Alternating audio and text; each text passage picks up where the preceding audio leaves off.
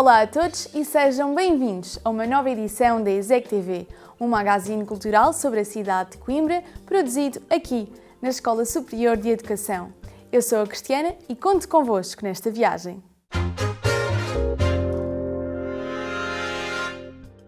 Conhecemos o trabalho de Daniel Rodrigues, luthier de guitarras elétricas. Licenciado em Comunicação e Design Multimédia da ESEC, Daniel começou por conhecer mais de perto este instrumento na adolescência, com algumas bandas das quais fez parte.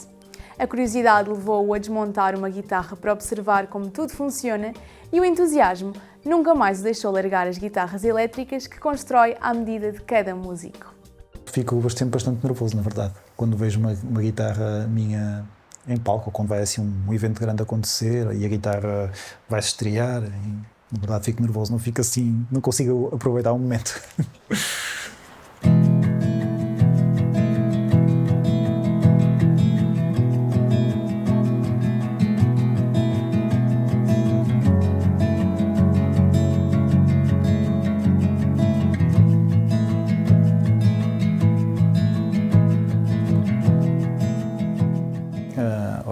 Eu tocava guitarra, comecei a tocar acho que com 13 anos, mas nunca fui assim um guitarrista, tinha umas banditas com os meus amigos aqui na terra e tal. E houve uma altura que comecei simplesmente a mexer nelas e o meu pai também sempre foi muito de arranjar coisinhas para o pessoal da família e tudo mais, e sempre teve uma oficina de eletrónica em casa e eu apanhei um bocado esse bichinho deles, de desmontar as coisas e de perceber como é que elas funcionavam. E as minhas guitarras aconteceu o mesmo com elas. Comecei a desmontá-las, a perceber o que era aquilo, ou a tentar fazer modificações e começou por aí, basicamente a destruir as minhas guitarras.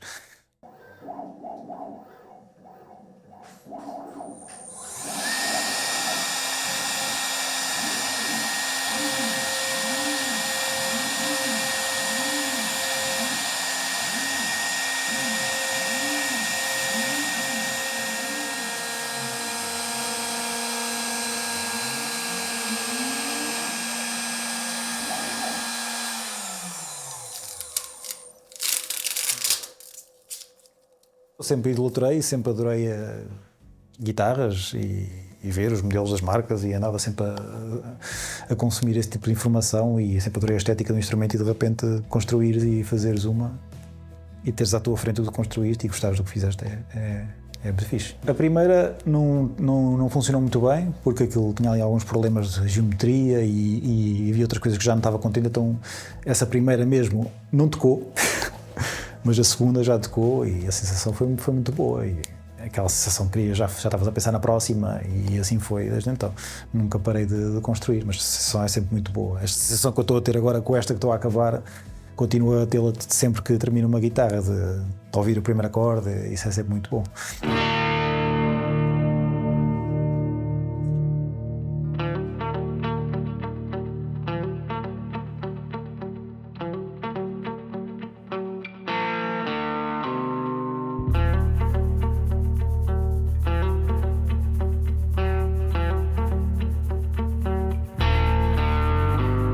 Estudei lá na ESEC, fiz CDM e tive uns tempos depois desse curso a trabalhar como web designer e programador web lá para uma empresa de Coimbra e entretanto passei a trabalhar em casa para essa empresa e ao mesmo tempo começava a construir guitarras e depois acabei por me dedicar só a isto. No que toca à construção comecei como autodidata, mas eu há 6 anos atrás fui para Lisboa para uma oficina que é a Guitar Rehab e onde aprendi com o pessoal que já faz isto há muitos anos e aí é que aprendi bastante porque a curva de aprendizagem é bastante mais rápida quando de repente estás com pessoas ao teu lado que já fazem isto há muito tempo e aprendi muito sobre reparação, que eu também faço muita reparação de instrumentos e que me ajudou imenso também a melhorar os meus instrumentos.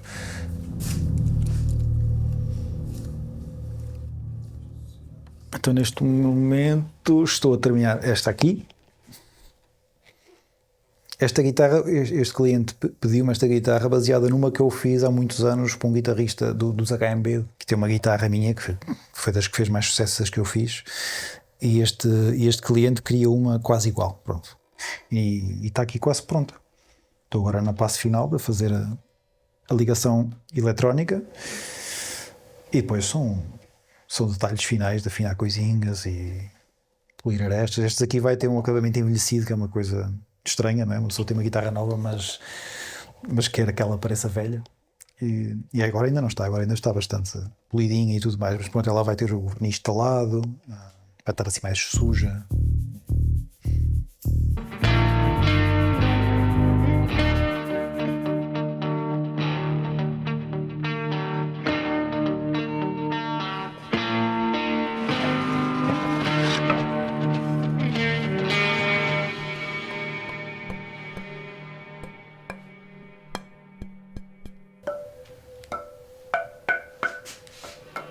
Eu tenho madeiras que eu uso porque gosto que as minhas guitarras soam de determinada maneira.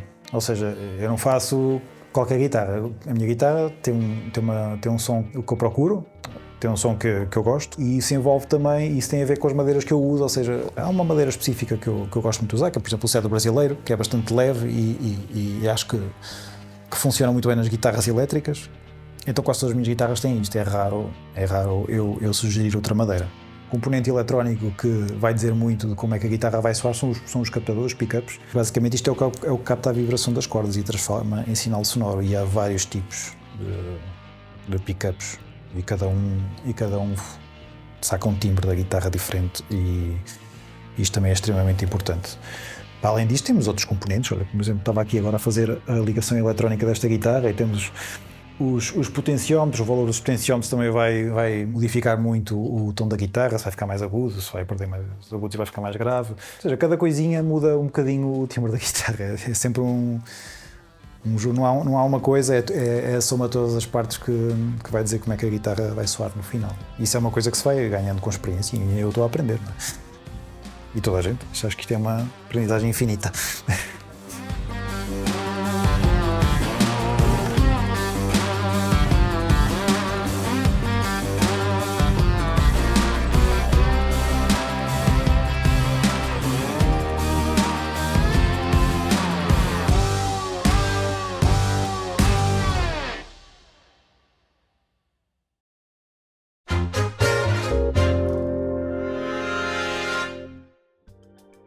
O Festival Caminhos do Cinema Português trouxe algumas estreias, masterclasses e debates para acompanhar em várias salas da cidade. Fomos à cerimónia de encerramento e entrega de prémios conhecer os vencedores deste festival, que celebra 30 anos. Os caminhos do cinema português fazem-se em Coimbra. Sabe mais em caminhos.info.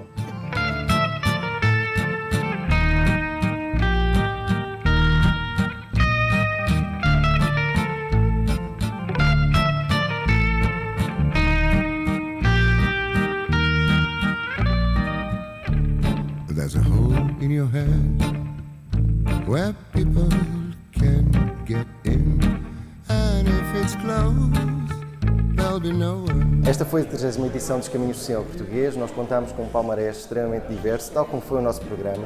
O grande destaque vai para o Estamos no Ar, com as interpretações de Sandra Faleiro, Vali Bradel, que tiveram a distinção do Júri Caminhos. Está no ar. Isto é mais pequeno do que eu pensava. Também ganhou o prémio Melhor Ficção AXN. O 25 de Abril está em destaque por aquilo que é o Sempre, que ganhou o Grande Prémio da cidade de Coimbra. Os serviços de informação da Polícia de Costumes avisam que ontem à tarde um homem e uma mulher se encontraram num bar, alguns na capital, tendo, durante o seu criminoso encontro, inventado o amor. Depois há o destaque para Enxofre, um filme de Karen Alkerman e o seu companheiro de longa data, Miguel Gonçalves Lopes, que ganhou aqui o prémio Sijan para Outros Olhares.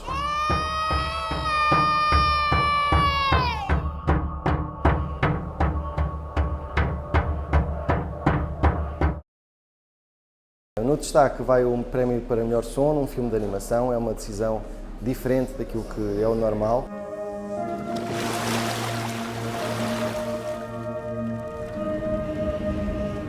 Ainda há distinção para a melhor realização a Marta Mateus, uma realizadora com Fogo do Vento, um dos grandes filmes do ano, e depois também a melhor caracterização para Mãos no Fogo, de Margarida Gil. Este silêncio é só deste lugar. Espero que não escondas mistérios. Nenhum segredo. Há mulheres que amam como se tivesse uma doença grave. Os maiores desafios acabam de ser, sobretudo para o júri da Seleção Caminhos, ver tantos filmes em pouco tempo. É um panorama bastante heterogéneo em que nós conseguimos agregar um leque muito alargado da produção cinematográfica, e depois há o constrangimento de eles terem que decidir antes da cerimónia de encerramento. Isto é, há 2 dias atrás eles viram cerca de 6 filmes por dia, o que é bastante exigente do ponto de vista físico e anímico. Era uma grande seleção, filmes muito bons, uma grande seleção e claro, a responsabilidade de depois, no final, escolher. No nosso caso, acho que ainda foram vários prémios. Mas claro, os grandes prémios foi assim, não foi fácil. Foi muito interessante perceber como cada um de nós, conforme o seu background, como é que o filme chegou até nós. Lágrima d'Água é sobre uma criança que vai passar férias com a sua família num resort com um campo de golfe. E nesse campo de golfe há um lago em construção e a criança começa a ver muito os homens que lá trabalham. E a criança começa a projetar nela própria para estas pessoas adultas e nesse encontro vai entendendo a sua identidade.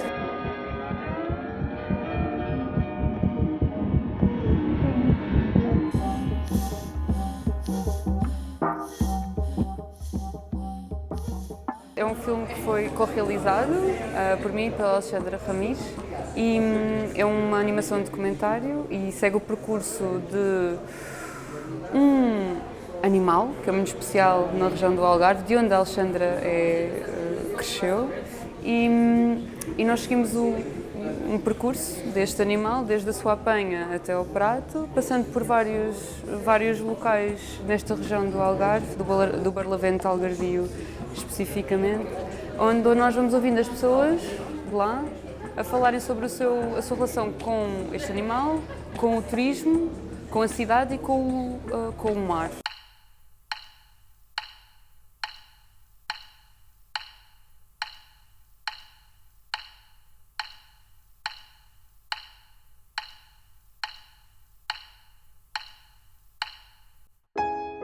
Eu estava a tocar e na primeira ou na segunda peça já comecei a sentir dificuldade em articular.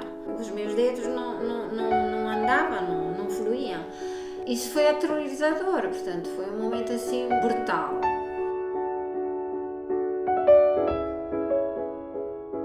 É um documentário sobre uma pianista de música clássica que há 2 anos veio ter comigo para gravar um álbum, que é a minha área de profissional, sound design de filmes e gravação de música, sobretudo música clássica, e contou-me a sua história de vida, que tinha estado 15 anos consecutivamente sem tocar, porque em 2005, durante um recital no Japão, teve uma estranha lesão neuromuscular.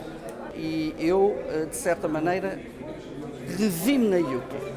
E para mim, fazer o filme sobre a Yuki e toda aquela sua força e resiliência, mais do que eu próprio, senti-me inspirado e o próprio filme, para mim, posso confessar que foi um processo de pacificação.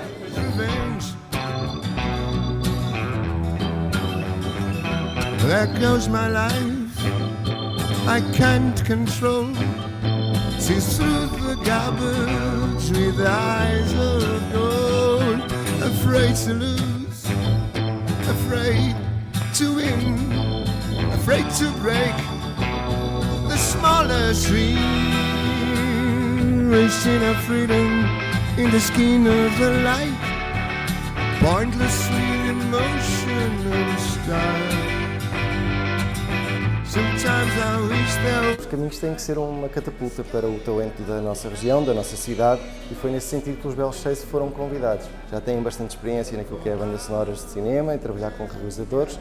E nós propusemos este desafio de eles encerrarem estes 30 anos em formato de trio. Portanto, acaba por tudo se conjugar.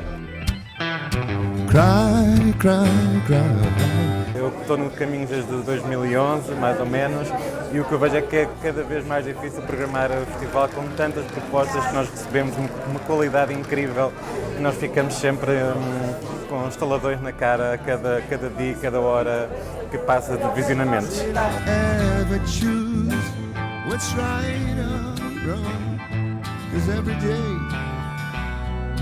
Festivais como o Caminhos têm uma importância muito grande também para a educação de públicos e de mostrar filmes de animação, que no fundo é uma coisa que acaba por ser assim sempre muito posta de lado normalmente. E como a animação é mostrada com filmes de imagem real, eu abraço muito estes festivais.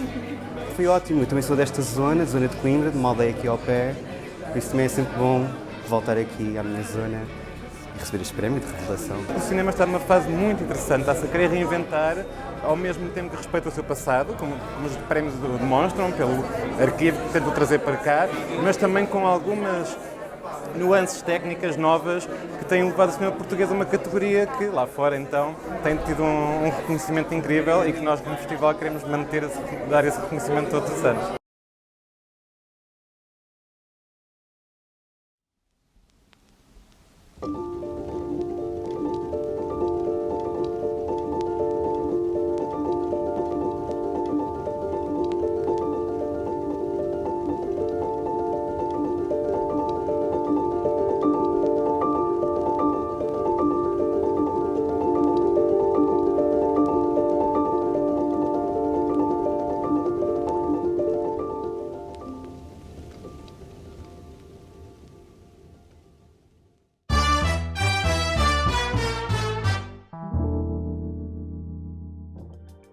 Hoje estreamos uma nova rubrica que nos vai mostrar os bastidores da cultura. É um espaço dedicado aos profissionais menos visíveis e que o público habitualmente não conhece, mas que fazem tudo acontecer. Do teatro, à dança, ao cinema, à música e às artes. E por falar em estreias, começamos com um profissional que esteve em várias, ao longo de muitas décadas. Vamos espreitar os bastidores da sala de cinema do Teatro Académico de Gil Vicente e conhecer o projecionista João Silva.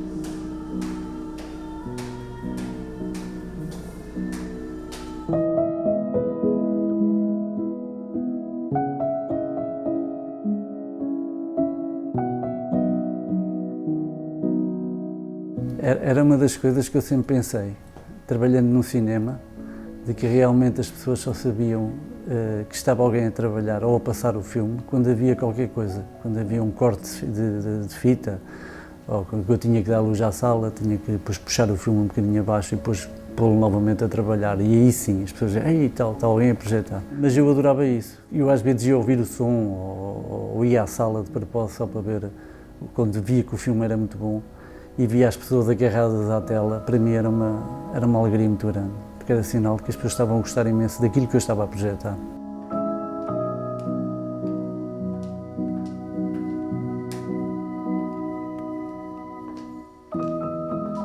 João Carlos Silva, projecionista desde 1978, no Teatro Académico de Gil Vicente.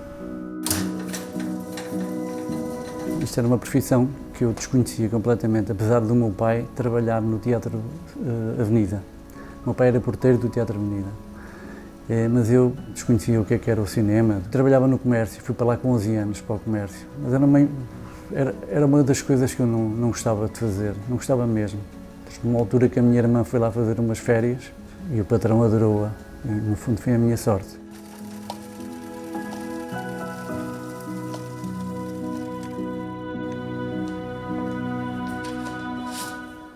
Tinha uma madrinha da minha irmã mais nova que trabalhava, era bilheteira no Sousa Bastos.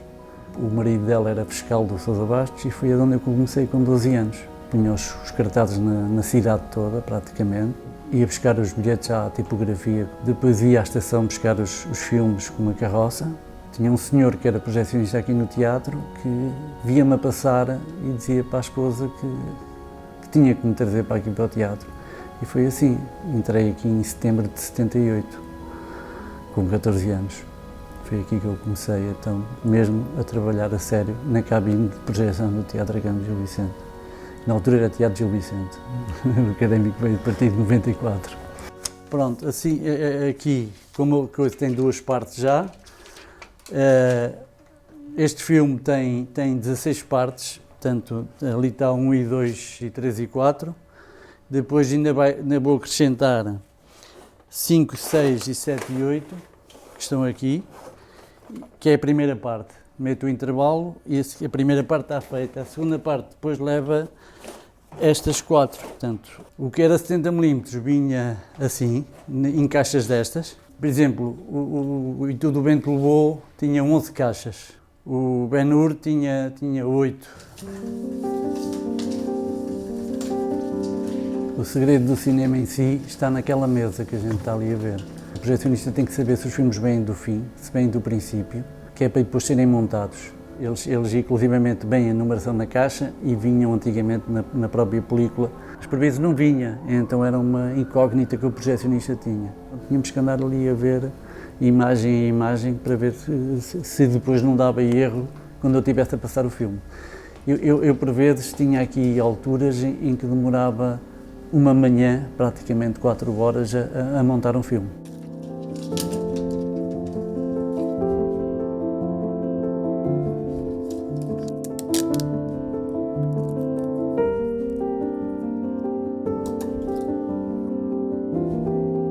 Eu quando vim para aqui era mais cinema do que teatros. Hoje já não, o cinema é só à segunda e tal, e pronto. Mas antigamente não, era cinema quase todos os dias, fim de semana e tudo. E eu quando vim para aqui, as filas da bilheteira, das bilheteiras que eram 2, era uma plateia e um balcão do outro lado. A do balcão era deste lado, chegava às escadas de quem dá acesso às cantinas, ali atrás. Ia daqui da plateia à porta da Associação Académica. Eu vinha para Padre António Vieira, às vezes via as pessoas e dizia assim, olha a fila, vamos ter casa cheia. Como projecionista eu devo ser o único ainda no ativo, porque não vejo mais ninguém passar filmes. Os filmes hoje deixam de... Hoje é tudo DCP e tal, é completamente diferente, não tem nada a ver o que é, mesmo a nível de qualidade, digo sinceramente. Isto fomos sempre abatendo. A qualidade do que era o carvão para o xenon, para a lâmpada, não tem nada a ver, era uma coisa estupenda mesmo. O carvão tinha uma luz que era uma coisa...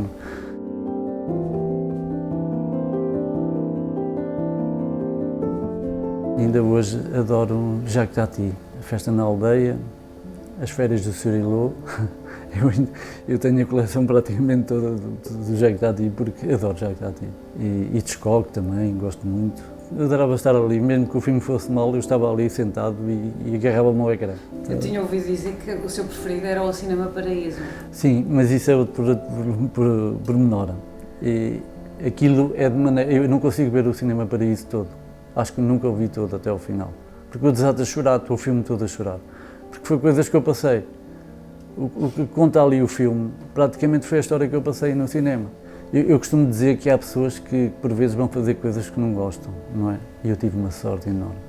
Eu adorava a minha profissão e ainda hoje adoro, é uma pena. Às vezes digo aqui ao seu diretor, porque a gente continua, uma vez que ainda tem máquina e que eu ainda estou no ativo, não deixar morrer e que continuasse, porque foi a minha vida, foi aqui.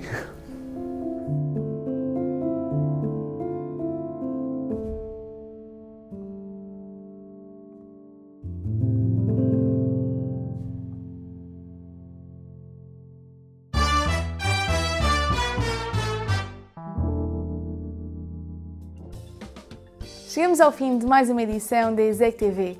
Voltamos já na próxima semana com mais novidades sobre a cidade de Coimbra. Até lá podem acompanhar o nosso trabalho na RTP Play e nos canais da ESEC TV.